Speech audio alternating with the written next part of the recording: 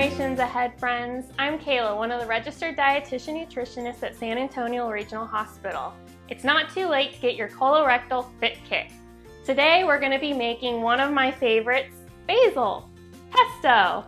I have two different basil plants in front of me, which are super great. We can grow them at home. Fresh basil is aromatic. It has flavors of black pepper and a little bit of licorice, and it has a little bit of sweetness because it comes from the mint family. So I've been growing this one at home. My aunt has a green thumb and she came to visit. So this one's about 3 months old and it has different varieties of basil in it. And then this is one that I got at the grocery store recently. It was only $4.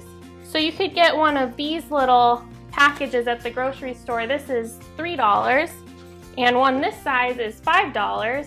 But this plant will keep on giving. So I recommend getting a basil plant, maybe starting your own little herb garden at home. And it's gonna be excellent if you make this recipe because we need 3 cups of basil. So what you would do is you just pinch off the bigger leaves from your basil plant and put them in your measuring cup. And you wanna leave these tiny little leaves because those are gonna grow up to be more mature, larger basil leaves. So I'm just gonna go ahead and pinch off all of these basil leaves and measure out 3 cups of basil so that we can get started making our pesto.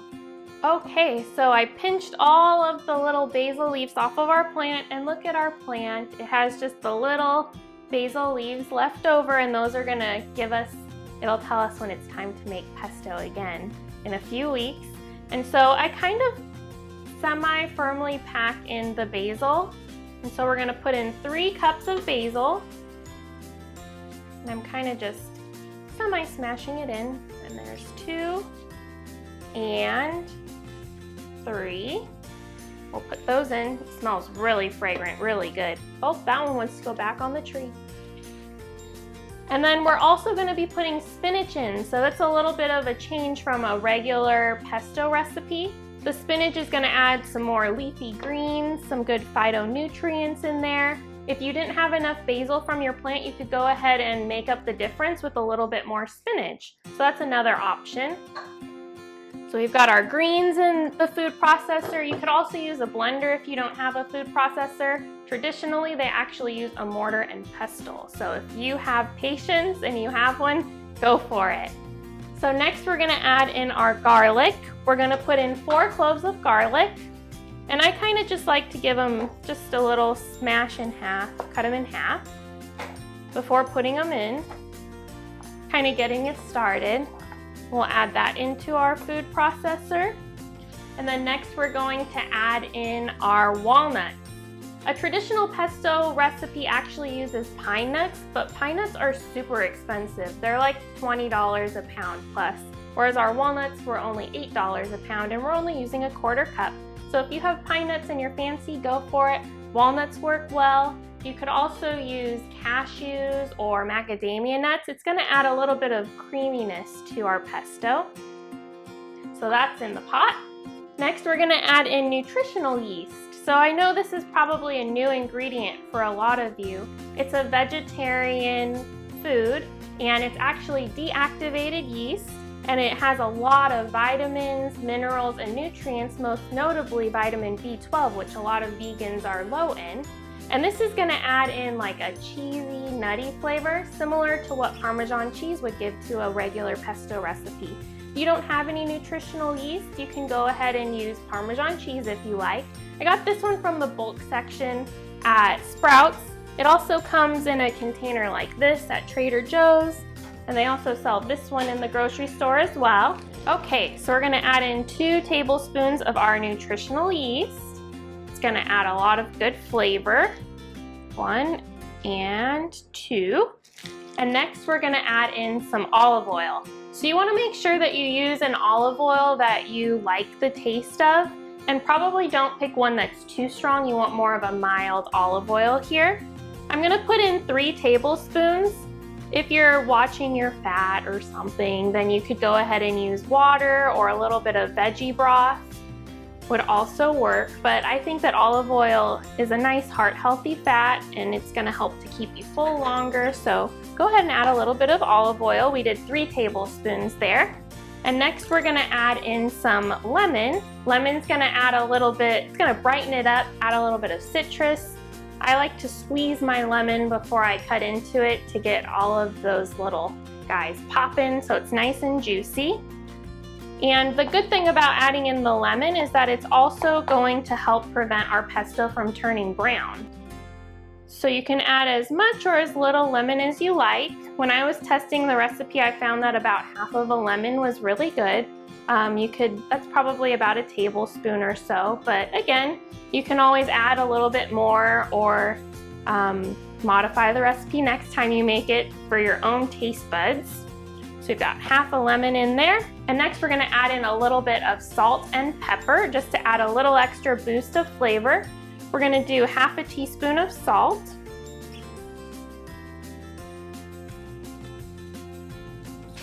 There we go.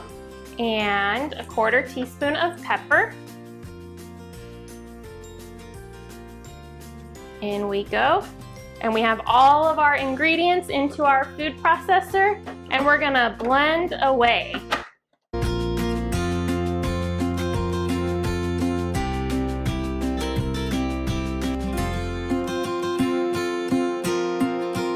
So now I'm just gonna scrape down the sides a little bit, make sure that everything is combined really well. And you can continue to blend this to be your desired consistency. If you think it's a little bit too dry, you could go ahead and add a little bit more olive oil or some veggie broth to this or a little bit of water. But I think mine is looking pretty good. It's kind of like a paste. So I'm gonna continue pureeing this until it gets to the consistency that I want.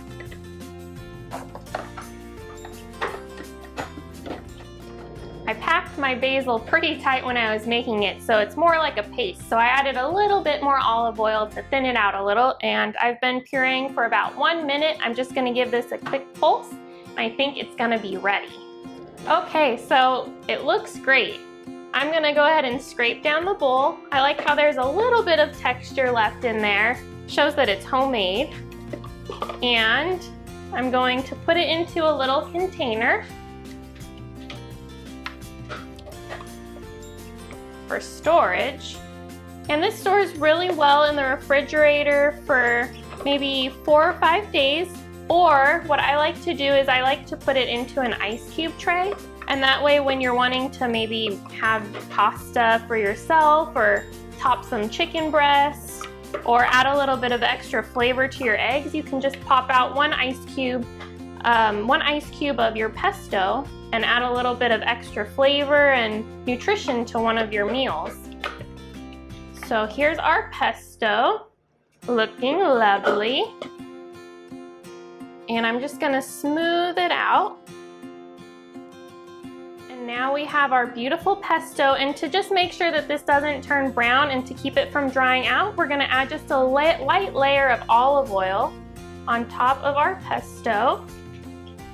And you could set this out as a dip at a party, or you could just put it in the refrigerator to save until you're ready to make dinner.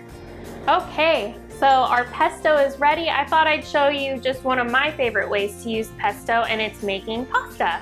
So pesto is a raw dip or sauce, and so the best way to heat up your pesto is with some warm noodles.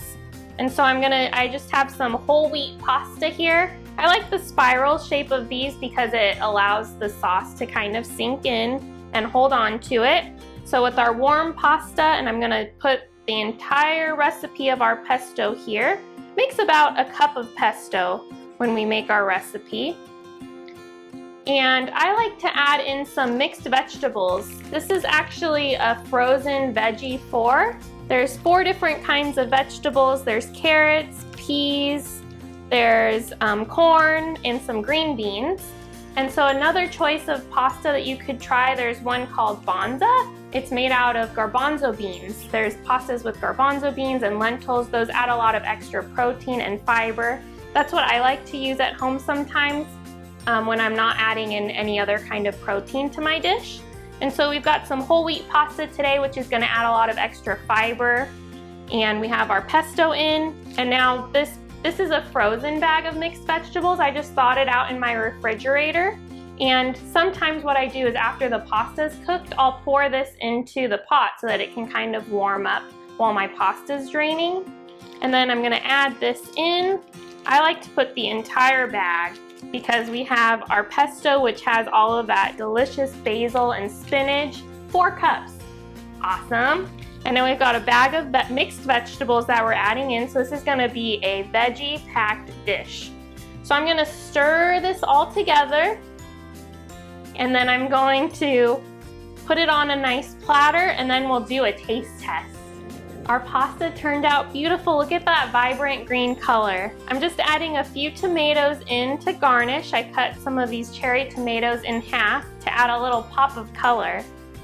Basil brings out the natural sweetness in the tomatoes, and they pair really well. So I'm just gonna put a few tomatoes on here. I also garnished with some basil from our basil plant. I'm just gonna pull some off here and add a little garnish. And this is our entire recipe. It serves about 8 people, and it's beautiful. What if you showed up to a potluck or to a family dinner with this? Everyone would be in awe.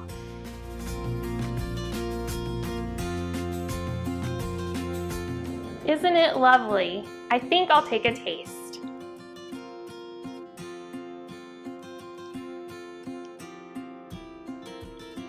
Tastes really fresh, very delicious, lots of really great flavors going on in this dish. I'm really proud of what we made today. You can go ahead and use your basil to top chicken, add as a sauce on pizza, spread it on for a sandwich. The options are really endless.